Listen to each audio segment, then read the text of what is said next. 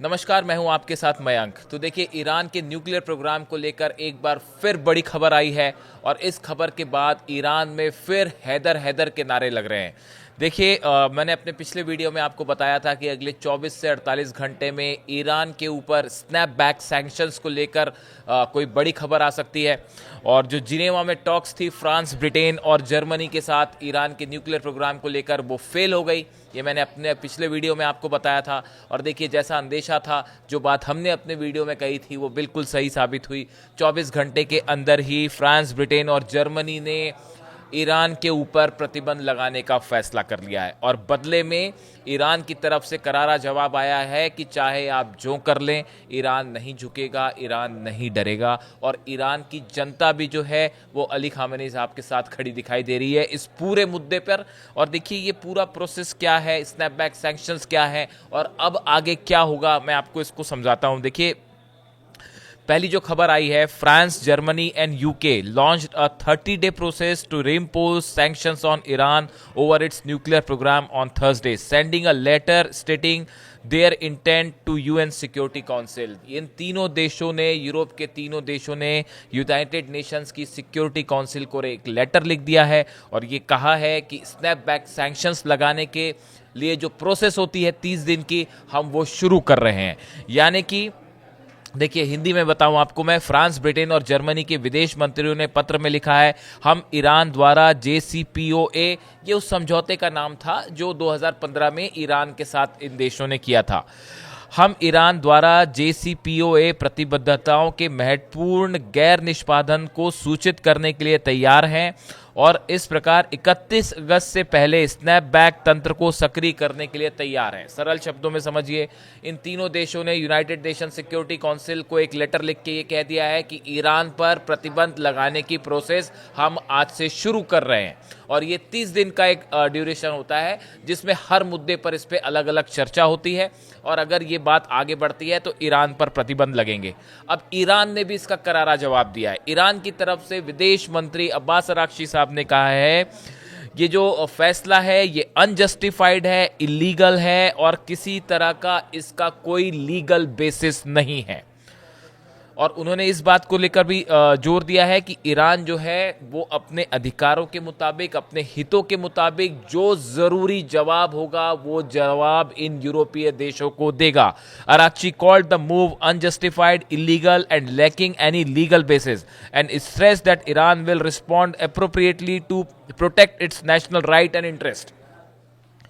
Iran की तरफ से बात साफ कह दी गई है कि हम किसी दबाव में नहीं आने वाले। देखिए, ये जो बातचीत हो रही थी, बातचीत फिर वहां आके अटक गई कि ईरान के पास यूरेनियम एनरिचमेंट, ईरान का कहना है हम किसी सूरत में अपना यूरेनियम एनरिचमेंट का अधिकार नहीं छोड़ेंगे। और खासकर अब तो और भी चिंता की बात है क्योंकि अमेरिका और इसराइल के हमले हो चुके हैं।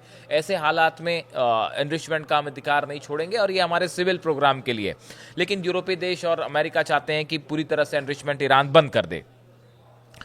इस पूरी बैठक के बाद देखिए, जब ये प्लान, इस बैठक में कोई नतीजा नहीं निकल पाया और बात वैसी जैसे 6 दौर की बैठक खत्म थी वैसी ही खत्म हो गई आके। इसके बाद जो है वो ये फैसला हुआ कि स्नैपबैक सैंक्शंस जो है वो लगाने शुरू कर दिए जाएं ईरान के ऊपर। ये फैसला कर लिया इन्होंने। अब आप ये समझिए कि ये जो सैंक्शंस की नई बात हो रही, पहले ही ईरान के ऊपर बड़े सारे सैंक्शंस हैं, तो ये जो नए सैंक्शंस लग जाएंगे, अगर नए प्रतिबंध लगेंगे तो उसमें होगा क्या, इसको समझिए। ये समझना बहुत जरूरी है। देखिए, इंफॉर्मेशन, हर चीज पे कोई भी मत बनाने के पहले आपको उसकी जानकारी होनी चाहिए, सटीक जानकारी होनी चाहिए। ये बहुत जरूरी है और इसको हर आम नागरिक को, आम आदमी को आपको समझना होगा। हम आपको सरल एकदम सब शब्दों में समझाएंगे। देखिए, the snapback on Iran nuclear sanctions will impose on Tehran extensive penalties that were in place before the 2015 deal। देखिए, अब क्या होगा कि 2015 में जो डील हुई थी ईरान के बीच में, और ये तीनों देश, फ्रांस, ब्रिटेन और जर्मनी भी उसका हिस्सा थे, अमेरिका भी हिस्सा था। इस डील के पहले जो ईरान पर सैंक्शंस लगे हुए थे, जो प्रतिबंध लगे हुए थे, वो प्रतिबंध अब फिर से लागू कर दिए जाएंगे। अब देखिए, ये जो समझौता हुआ था, इसके तहत ये बात तय हुई थी कि जो प्रतिबंध 2015 के पहले ईरान पर लगे थे वो सारे प्रतिबंध हटा लिए जाएंगे, कम कर दिए जाएंगे। लेकिन अब ये स्नैपबैक सैंक्शंस यानी फिर से उन्हें लागू करना, अब इसके तहत वो पुराने सैंक्शंस जो है, प्रतिबंध फिर से लागू हो जाएंगे। बात नंबर 2, it would again freeze Iran's assets abroad, जितनी विदेश में ईरान की संपत्तियां हैं उसको फ्रीज किया जाएगा। तीसरी बात, and holds arms deals with Tehran and penalize any development of its ballistic missile program amongst other measures. देखिए, इस अब जो ये नए सैंक्शंस लगेंगे, इसके तहत ईरान का जो भी मिसाइल प्रोग्राम है उससे जुड़े किसी भी सामान का इंपोर्ट एक्सपोर्ट या उससे जुड़े किसी भी चीज़ की खरीद फरोख्त, इसके ऊपर पूरी तरह से बैन लग जाएगा, रोक लग जाएगी। अब देखिए, ये जो बड़ी चीज़ें हैं, ये इसके तहत ईरान के जितने दुनिया में एसेट्स हैं, जो संपत्तियां हैं, उसको फिर से फ्रीज कर दिया जाएगा।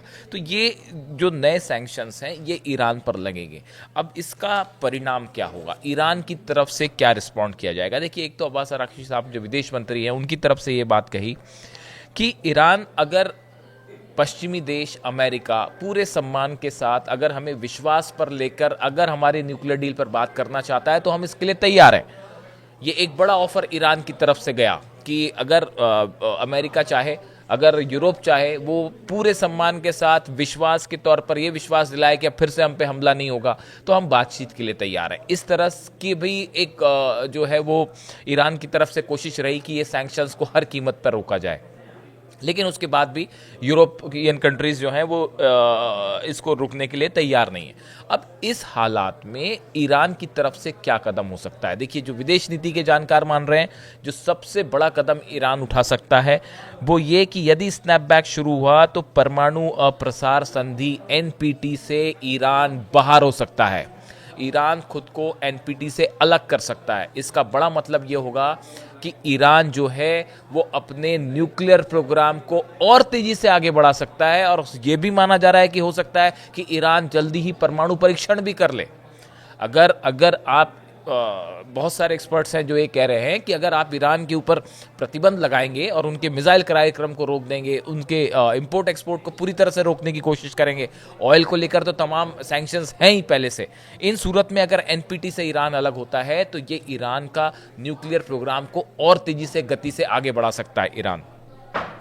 इसके अलावा देखिए, एक जो दूसरी बड़ी बात है वो ये निकल के आ रही है कि ईरान जो है वो पूरी तरह से आईएईए का बॉयकॉट कर देगा। कि आईएईए के तहत जो इंस्पेक्टर्स भेजे जाते हैं, जो इंस्पेक्शंस करते हैं, जो हाल ही में कुछ इंस्पेक्टर्स फिर से ईरान पहुंचे हैं, ईरान ने उनको इजाज़त दी, जो कि 12 दिन के युद्ध के बाद आईएईए को उन्होंने बाहर कर दिया था कि आपको यहाँ आने की कोई ज़रूरत नहीं है, क्योंकि आईएईए ने अमेरिका और इजराइल की निंदा नहीं की थी कि उन्होंने हमले क्यों किए।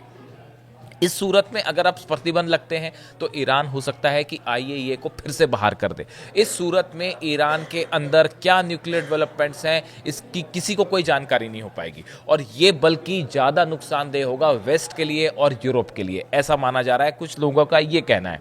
तो इन हालात में ये जो नए डेवलपमेंट्स हैं ये एक बार फिर ईरान पर दबाव बनाने की कोशिश है। देखिए, रूस जो है अक्टूबर में, रूस जो सिक्योरिटी काउंसिल है उसका अध्यक्ष होगा, उसके पहले पहले ये पूरी कवायद कंप्लीट करने की प्रोसेस की कोशिश हो रही है।